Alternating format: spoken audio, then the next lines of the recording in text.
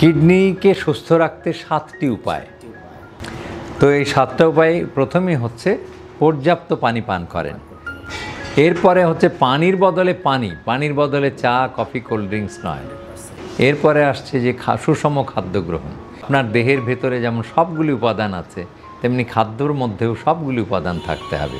এরপরে আসছে যে আপনার ওষুধ হিসেবে বাজে ওষুধ খাওয়া।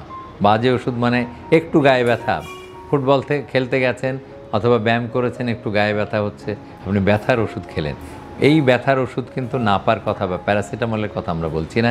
NSAID মানে non steroidal anti inflammatory drugs মারাত্মক ক্ষতিকর। একটা ট্যাবলেট খেলেই আপনার কিডনি নষ্ট হতে পারে। কাজেই ডাক্তারকে না দেখিয়ে সহসা ওষুধ খাবেন না। এরপরে আসছে যে প্রেশারের রোগে ভুগি। আমাদের দেশে এটা খুব কমন একটা ঘটনা যে উচ্চ রক্তচাপ, অনিয়ন্ত্রিত রক্তচাপের ফলে কিডনিটা নষ্ট হয়ে যায়। তো কাজেই রক্তচাপকে নিয়ন্ত্রণে রাখতে হবে সূক্ষ্মভাবে। এবং তারপরে আরেকটি বাজে অভ্যাসের কথা বলছি, যেটা অত্যন্ত বাজে অভ্যাস, কিন্তু আপনি তাতে আকৃষ্ট হয়েছেন কৈশোর থেকে, সেটা হলো ধূমপান। এটা আপনার কিডনি নষ্ট করছে, খালি কিডনি নষ্ট নয়, হার্টকে নষ্ট করছে, ব্রেনকে নষ্ট করছে, আর সর্বোপরি আপনার যৌন ক্ষমতাকেও হ্রাস করিয়ে দিচ্ছে।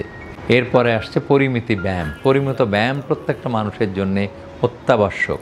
আপনাকে লাফালাফি ঝাঁপাঝাঁপি করতে হবে, করে শরীরটাকে চালু রাখতে হবে, তবেই আপনার কিডনি ভালো থাকবে।